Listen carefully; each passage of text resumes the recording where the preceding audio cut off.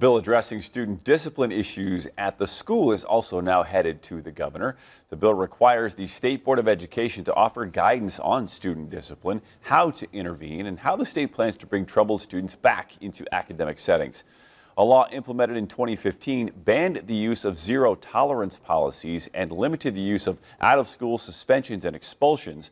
But a survey by the Teachers Union found nearly 20% of teachers and support staff across the state report being assaulted on the job within the past 5 years.